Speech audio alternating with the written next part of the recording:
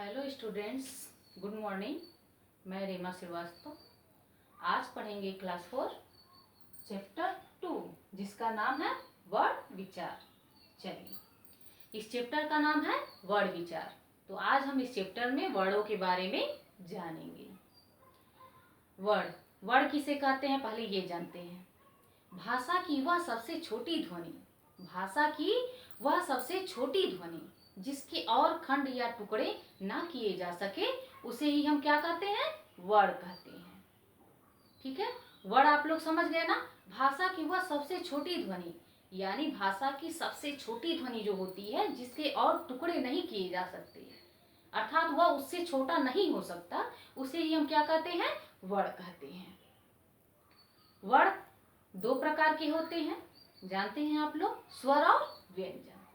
वर्डों के दो भेद हैं, स्वर और व्यंजन। और वर्डों के क्रमबद्ध समूह से ही क्या होता है, वर्णमाला का निर्माण होता है। वर्डों के व्यवस्थित क्रमबद्ध समूह को ही हम क्या कहते हैं, वर्णमाला कहते हैं। हमारे वर्णमाला में वर्ड दो प्रकार के होते हैं, पहला स्वर और दूसरा व्यंजन। स्वरों की संख्या 11 होती है। वर्णमाला में स्वरों की संख्या 11 होती है और व्यंजनों की संख्या 33 होती है। स्वर 11 होते हैं, कौन कौन से हैं, अ, आ, ई, उ, री, ए, ओ, औ। यह 11 स्वर जो हैं वर्णमाला में होते हैं। स्वरों में इनकी गिनती होती है और ये 11 स्वर होते हैं। इनके अलावा इनके साथ अंग और अह को रखा जाता है। वर्णमाला में स्वरों के साथ इन 11 स्वरों के अलावा दो स्वर और रखे जाते हैं, अंग और अह। इनको हम क्या कहते हैं, अयोगवाह कहते हैं। अयोगवाह इसलिए कहते हैं कि ये रखे तो जाते हैं स्वरों के साथ ये रखे जाते हैं, लेकिन इनकी गिनती ना ही स्वरों में होती है और ना ही व्यंजनों में होती है। इनकी गिनती दोनों में नहीं होती है, इसीलिए इनका नाम पड़ा अयोगवाह, यानी इनका किसी के साथ योग है ही नहीं, जुड़ाव है ही नहीं, इसीलिए ये अयोगवाह कहे जाते हैं। देख लीजिए अयोगवाह कौन कौन है। ये दोनों, ये और ये दोनों तो हम लोगों को स्वरों के साथ वर्णमाला में मिल जाते हैं, लेकिन ये नहीं मिलता है। लेकिन इसकी भी गिनती अयोगवाह में ही होता है। और अलग अलग इनका नाम, अंग का नाम है अनुस्वार। अलग अलग एक साथ रहने पे तो इनको अयोगवाह कहा जाता है, तीनों को एक साथ रहने पे अयोगवाह कहा जाता है। लेकिन जब ये अलग अलग होते हैं तो इनका नाम बदल जाता है। जैसे इसका नाम अनुस्वार हो जाता है और इसका नाम अनुनासिक हो जाता है और इसका नाम विसर्ग हो जाता है। तो स्वर कितने होते हैं, 11। और अयोगवाह वर्ण कितने होते हैं, 3। कौन कौन से, अनुस्वार, अनुनासिक और विसर्ग। तो ये तो था हमारा स्वर। अब वर्णमाला में व्यंजनों के बारे में जानेंगे। व्यंजन कितने होते हैं और कौन कौन से हैं। तो व्यंजन 33 होते हैं, हम लोगों को मालूम है। जैसे क, ख, ग, घ, अंग, च, छ, ज, झ, इय, ट, ठ, ड, ढ, अड़, त, थ, द, ध, न, प, फ, ब, भ, म, य, र, ल, व, ह। ह तक की गिनती ही वर्णों की जो होती है 33 होती है। और इन्हीं क से ह तक के वर्णों को ही हम क्या कहते हैं, व्यंजन वर्ण कहते हैं। और ये 33 हैं। ठीक, इनके अलावा अभी और भी वर्ण हैं, लेकिन उनके नाम अलग हैं।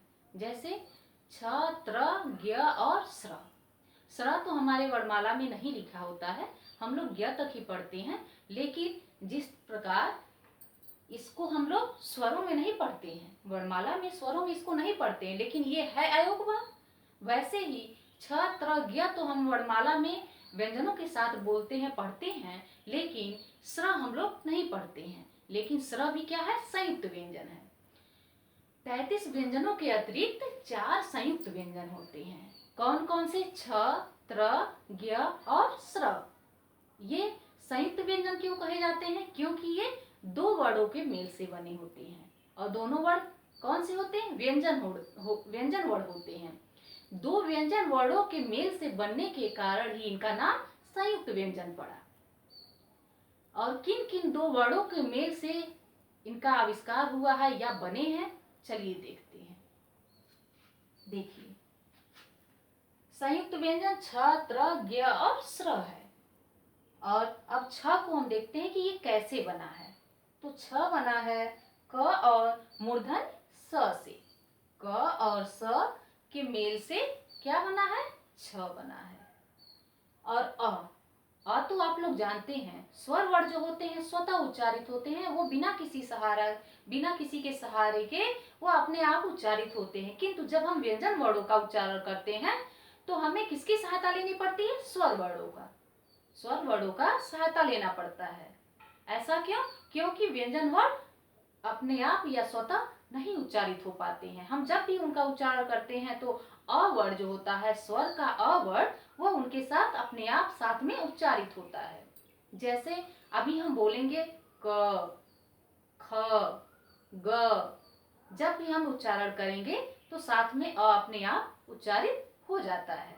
तो व्यंजन वर्णों का उच्चारण सदैव स्वर वर्ण के अ की सहायता से होता है। जब इनका रूप बदलता है, ये शब्द बनते हैं, वाक्य बनते हैं, तो उनमें स्वरों की और भी मात्राएं लगती हैं। शब्द में स्वरों की और भी मात्राएं लगती हैं, आ की, ई की, उ की, जो भी है, ए है, ओ, मतलब सबकी मात्राएं लगती हैं। लेकिन केवल अकेले अगर हम उच्चारण करेंगे तब भी हमको स्वर की सहायता लेनी पड़ती है। और स्वर वर्ण कौन सा है जिसकी सहायता हम लेते हैं, अ होता है। ठीक, चलिए अब देखते हैं त।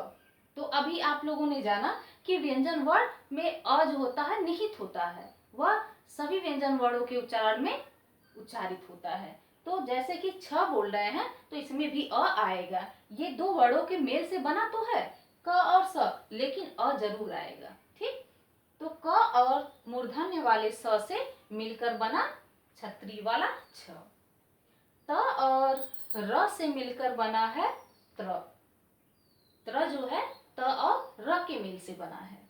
ज और इ के मेल से ज्ञ बना है। स और र के मेल से स्र बना है। तो ये चार क्या थे, संयुक्त व्यंजन थे। ये कैसे बनते हैं हमने ये भी बताया, और ये अ क्यों है इनके साथ ये भी बताया मैंने। ठीक है, अब इनके अलावा दो वर्ण और हैं जिन्हें हम कहते हैं अतिरिक्त वर्ण। वो दो अतिरिक्त वर्ण ये हैं, ये दोनों क्या है, अतिरिक्त वर्ण हैं। उम्मीद है आप लोगों को वर्णमाला अच्छे से समझ में आया होगा। हमारे वर्णमाला में इतने ही वर्ण हैं और स्वर 11 हैं, व्यंजन 33 है, ये आप लोग को मालूम ही है। अयोगवाह किन्हें कहते हैं ये भी बता दिया हमने। अयोगवाह क्यों कहे जाते हैं ये भी हमने बताया। व्यंजन कितने हैं, कौन कौन से हैं ये भी बताया। और संयुक्त व्यंजन कितने हैं और क्यों संयुक्त व्यंजन उन्हें कहते हैं और किन वर्णों के मेल से बना है हमने ये भी बताया। इनके अलावा दो अतिरिक्त वर्ण है, हमने वो भी बताया। तो हमें उम्मीद है कि आप लोगों को वर्णमाला अच्छे से समझ में आई होगी। नेक्स्ट चैप्टर नेक्स्ट डे पढ़ेंगे। धन्यवाद, बाय बाय।